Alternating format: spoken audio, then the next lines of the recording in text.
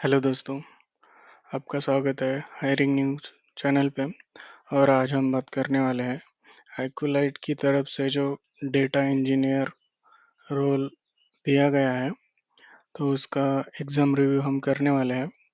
और उसमें हम प्रोसेस भी जानने वाले हैं कि क्या क्या होने वाला है, मतलब अप्लाई कहाँ से करना वगैरह। वो तो हो गया एक वीडियो में। इसमें पूरा एग्ज़ाम रिव्यू करने वाले हैं, क्वेश्चन टाइप्स और कोड। सबसे बड़ी बात, बहुत सारे लोग पूछ रहे हैं कि कोड कहाँ पे लिखना है। और बहुत सारी क्वेरीज है, जैसे सबमिट हो गया तो ऑटोमेटिक सबमिट हो गया तो क्या वो लेंगे कोड सबमिट करके या नहीं। और जो बहुत लोगों को सबमिट करने के बाद क्या करना है वो भी नहीं पता है, और कैसे सबमिट करना है वो भी नहीं पता, और कहाँ पे करना है। तो उस सब बारे में हम आज बात करने वाले हैं। तो चलिए स्टार्ट करते हैं। सबसे पहली बात तो आपको ये ईमेल आया होगा, और इस ईमेल के जो टाइम दिया जाता है वो 90 मिनट्स है, हम सबको पता है। पर जो विंडो ओपन रहती है वो सिर्फ 11, अगर आप देखेंगे यहाँ पे 11 है, तो 11 से 11:30 तक ही वो विंडो ओपन रहेगी। 11:30 के बाद वो विंडो ओपन नहीं होती। आप ये असेसमेंट नहीं ले सकते या असेसमेंट नहीं टैग कर सकते। तो कीप इन माइंड कि आप 11 से 11:30 तक, मतलब जो भी आपकी विंडो ओपनिंग टाइम होगी उससे 30 मिनट्स के अंदर ही आपको विंडो ओपन करना पड़ेगा और स्टार्ट करना पड़ेगा आपका एग्ज़ाम। और जब आप स्टार्ट योर एग्ज़ाम पे क्लिक करते हो तो आपको ऐसा कुछ दिखाई देगा, ठीक है। तो फिर आप देख सकते हो ये डेटा इंजीनियर रोल के लिए है असेसमेंट, और इसका 90 मिनट्स का है, as mentioned in mail email also. तो इसका जो पैटर्न है उसके बारे में पहले हम बात करेंगे। इसका पैटर्न है पहले 24 एमसीक्यू क्वेश्चंस। वो क्वेश्चंस कैसे हो गए इसके बारे में हम इस वीडियो में बात करेंगे आगे। और एक है कोडिंग, और एक है एमसीक्यू, जो कि 24 एमसीक्यूज, वन कोडिंग क्वेश्चन। और जब हम टेक असेसमेंट पे क्लिक करेंगे तो आपको सीधा क्वेश्चंस पे लेके जाएगा।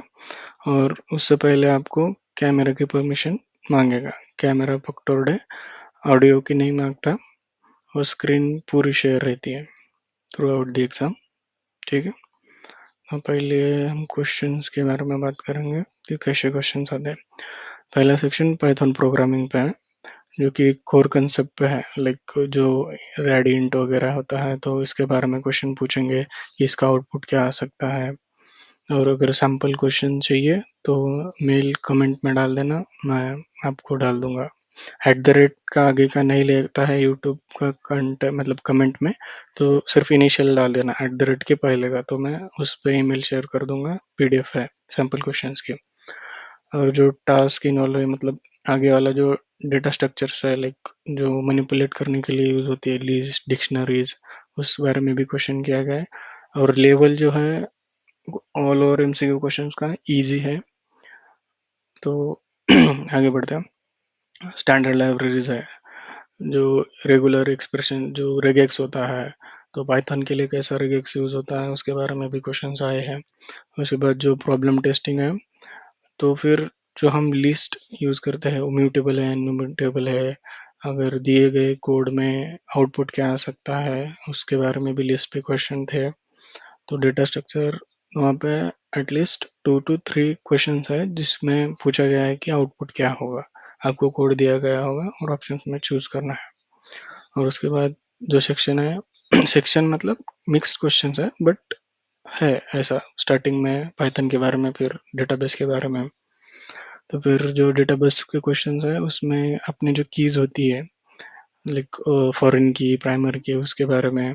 फिर बाद में डेटा मैनिपुलेशन या डिफिनीशन, उसमें जो क्वेश्चंस आते हैं क्रूड टाइप, वो भी है उसमें क्वेश्चंस। तो इसको पढ़ के जाना सिंपल है, आप देखोगे तो आप आंसर कर सकते हो। और एक दो क्वेरी भी पूछी गई है डेटाबेस में। और जो टास्क हमें कॉम्प्लेक्स क्वेरीज के लिए जो एग्रीगेट फंक्शंस होते हैं, जैसे एवरेज, इस पे भी क्वेश्चंस थे।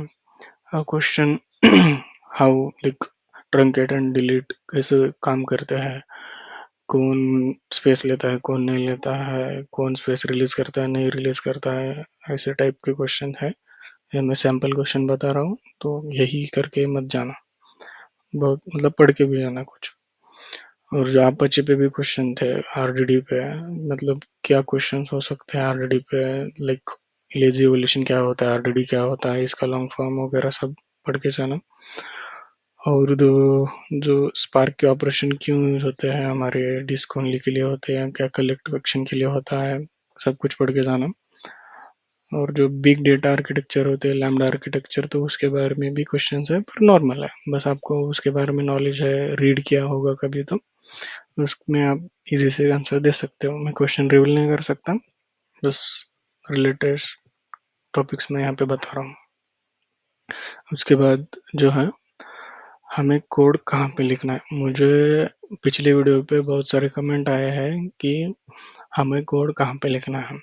तो जो सोर्स फोल्डर होता है, डायरेक्टरीज आपको वहाँ ऑप्शन मिलता है डिस्क्रिप्शन के बाजू में, तो उसमें जाके सोर्स फोल्डर होता है, उसमें एक प्रॉब्लम का नाम, सोर्स फोल्डर में जो अपना प्रॉब्लम दिया गया है उसी नाम से एक फाइल नेम रहता है, और उसी में हमें आंसर लिखना है। उसके पहले एक पाइथन इनिशिएट करके एक फाइल होती है, उसमें हमें कुछ भी नहीं करना है, क्योंकि वो बस उस कंपाइलर को बताने के लिए है कि यहाँ पे हमने कोड लिखा है, यह सोर्स फोल्डर है करके, और वहीं पे हमें कोड लिखना है और सबमिट कर सेव कोड करना है। और बहुत सारे बच्चे सेव कोड करे बिना कंपाइल करते हैं, तो सिर्फ सिस्टम 1 ही आता है। मतलब अगर आपने सेव नहीं किया और कंपाइल किया तो एक ही टेस्ट केस रन होता है, ना कि बाकी के। तो सेव करके ही कोड रन करना। और जो बच्चे बोल रहे हैं कि उनको मतलब ऑटोमेटिक सबमिट हो गया, उन्होंने कोड लिखा था, तो क्या वो माना जाएगा? हाँ, तो माना जाता है, क्योंकि जो आपको सब मतलब कंपाइल टाइम दिया जाता है वो आपको टेस्ट केस चेक करने के लिए कि whether your code is correct और नॉट।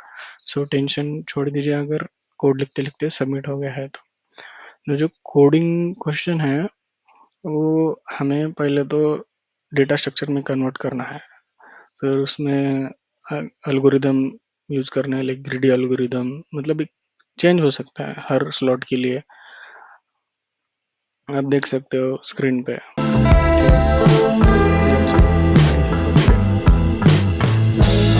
वीडियो अच्छी लगी तो लाइक कर देना।